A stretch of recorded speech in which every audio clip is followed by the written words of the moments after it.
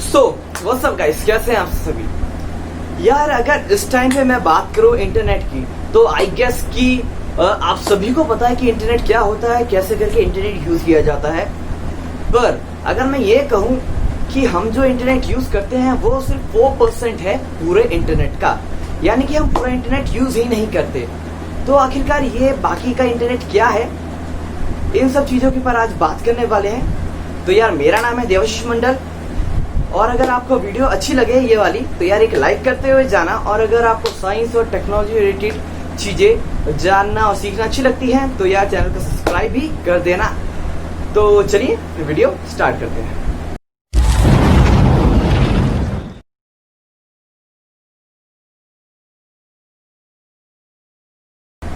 तो जैसे कि मैंने बोला कि हम सिर्फ यूज करते हैं 4% ऑफ इंटरनेट टोटल में से।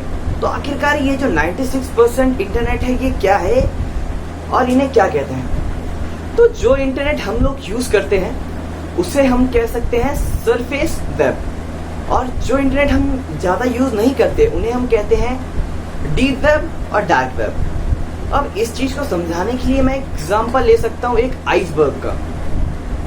आपने देखा होगा आइसबर्ग पिक्चर्स में या इमेजेस में। तो जो आइसबर्ग होते हैं, जो पोर्शन उनका पानी से बाहर रहता है उसे हम सरफेस एरिया कहते हैं, और जो एरिया उनके ओशन के अंदर रहता है उसे हम उसके डीप सरफेस कहते हैं। ओके, तो इसी तरीके से हमारा इंटरनेट भी है।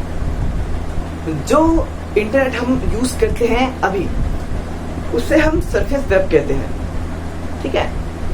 और जो इंटरनेट इसके नीचे है, 96 के अंदर परसेंट के अंदर है, उन्हें हम कहते हैं डार्क वेब और डीप वेब। तो अभी हम देखेंगे कि आखिरकार ये तीनों चीजें क्या हैं। ओके, तो सबसे पहले हम लोग सरफेस वेब को उठाते हैं। तो सरफेस वेब का इस्तेमाल हम लोग रेगुलरली करते हैं, रोज ही जो हम लोग यूज करते हैं वो सरफेस वेब ही होता है। फिर भी अगर एग्जांपल अगर मैं लूं तो आप एक ब्राउजर पे गए, आपने वहां पे टाइप किया गंगा, और उस ब्राउजर ने अपने एल्गो के हिसाब से गंगा की सारी जो इंफॉर्मेशन है, उसके आर्टिकल्स हैं, उससे रिलेटेड सारी की सारी चीजें आपको लाके दे दी। ओके, देन आप उसके साथ कुछ भी कर सकते हो। आप उसको कॉपी पेस्ट कर सकते हो, आप उसको एडिट कर सकते हो, आप उसकी पिक्चर्स ले सकते हो, व्हाट एवर यू वांट आप कर सकते हो उस आर्टिकल के साथ। ओके, तो इसका मतलब क्या हुआ कि आपको किसी भी तरीके का कोई भी रिस्ट्रिक्शन फॉलो नहीं करना पड़ा। आप सिंपली बिना किसी रिस्ट्रिक्शन के कुछ भी कर सकते हो। ओके, अब आते हैं, बात करते हैं डीप वेब की। तो डीप वेब में बेसिकली होते हैं reports, letters, private photos, okay, private documents. अब ऐसा क्यों? एग्जाम्पल ले सकते हैं इसको। फॉर एग्जाम्पल आप लीजिए कि एक डॉक्यूमेंट आपको डाउनलोड करना है कहीं से, एक वेबसाइट से। आप जब उस वेबसाइट पे जाओगे तो वेबसाइट आपको कहेगा कि अपने आप को पहले रजिस्टर कीजिए। तो आप रजिस्टर करोगे, आप उसमें अपने आप को लॉगिन करोगे, पासवर्ड डालोगे, उसके बाद जाके आप उस डॉक्यूमेंट को डाउनलोड कर पाओगे। यानी कि इस बार आपको एक रिस्ट्रिक्शन फॉलो करना पड़ा, यानी कि आपको पासवर्ड डालना पड़ा, अपनी लॉगिन आईडी बतानी पड़ी, तभी जाके आप उस डॉक्यूमेंट को ले पाए हो। तो इसे हम डीप वेब कहते हैं।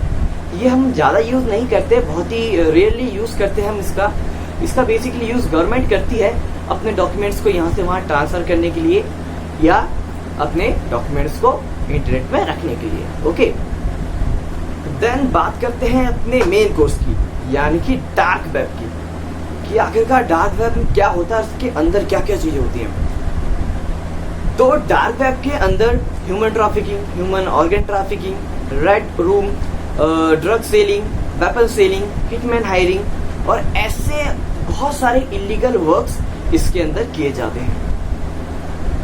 तो क्या ये इलीगल है इसको यूज करना? इसको लीगल और इलीगल दोनों ही कह सकते हैं। अगर आप डार्क वेब के अंदर जाके कुछ सर्च करते हो, कुछ ब्राउज करते हो, तो वो इलीगल नहीं है।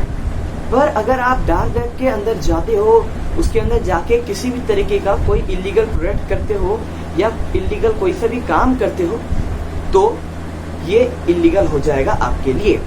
ठीक है, अगर आपने कुछ ड्रग्स खरीदे, कोई वेपन खरीदा, कोई हिटमैन हायर किया, तो ऐसे टाइम पे ये इलीगल साइड में चला जाता है, राइट। अब जब आप डार्क वेब को देखते हो, तो डार्क वेब हमारे ऊपर के दोनों ही वेब से अलग होता है, यानी कि सरफेस वेब और डीप वेब से अलग होता है। ऐसा क्यों? क्योंकि इसके अंदर आपको गूगल नहीं मिलता, आप इसके अंदर गूगल नहीं देख सकते, आपको इसके अंदर सर्च करने के लिए ब्राउजर के रूप में गूगल नहीं मिलेगा, आपको इसके अंदर डकडू मिलेगा, टोरेंट मिलेगा और ऐसी चीजें मिलेंगी। ठीक है, और ये अलग क्यों है? क्योंकि जैसे हम लोग अपने नॉर्मल इंटरनेट को एक्सेस करते हैं, आप डार्क वेब को वैसे एक्सेस नहीं कर सकते। इसको एक्सेस करने के लिए आपको प्रॉक्सी लगानी पड़ेगी, टोरेंट यूज करना पड़ेगा, आपको ऑनियन ब्राउजर का यूज करना पड़ेगा, तभी जाके आप इसको यूज कर पाओगे। ओके, क्योंकि जैसे कि मैंने इसको बोला कि ये इलीगल है, तो ये जो अपने फॉर्मेट रखता है, अपना जो डाटा ट्रांसमिशन रखता है, ये मल्टी थ्रेडिंग एन्क्रिप्शन में रखता है। जैसे कि हम जब अपने नॉर्मल इंटरनेट पे काम करते हैं, तो वो भी सर्वर से डाटा को यहाँ से वहां करता है। ओके, लेकिन वो क्या करता है, उस डाटा को इनक्रिप्ट करता है, इंटरनेट में फैलाता है और दूसरे सर्वर पे जाके उसको डिइनक्रिप्ट कर देता है। लेकिन डार्क वेब में ऐसा नहीं होता।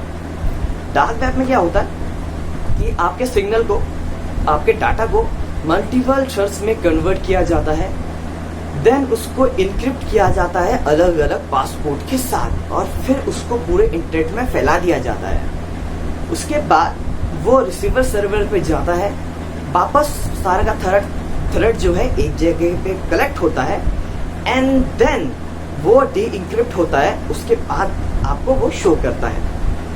तो अगर आपको डार्क वेब चलाना है अपने किसी भी मोबाइल या डेस्कटॉप के ऊपर, तो आपके पास अच्छा खासा इंटरनेट एक्सेस होना चाहिए, वरना ये आपको 4G के टाइम पे भी 2G का यूज दिखा देगा।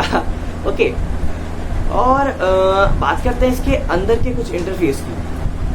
तो इसके अंदर के जो वेबसाइट्स होते हैं वो बहुत ही अजीब होते हैं और बड़े ही डिसकॉन्टेंट होते हैं as comparison to surface web के वेबसाइट्स के। ओके, इसके अंदर जो आपको URL मिलते हैं वो टोटली इनक्रिप्टेड होते हैं और बड़े ही अजीब से इनक्रिप्शन के साथ वो लोग उसको बनाते हैं, ताकि उसको ना ही ट्रेस किया जा सके, ना इसकी IP निकाली जा सके।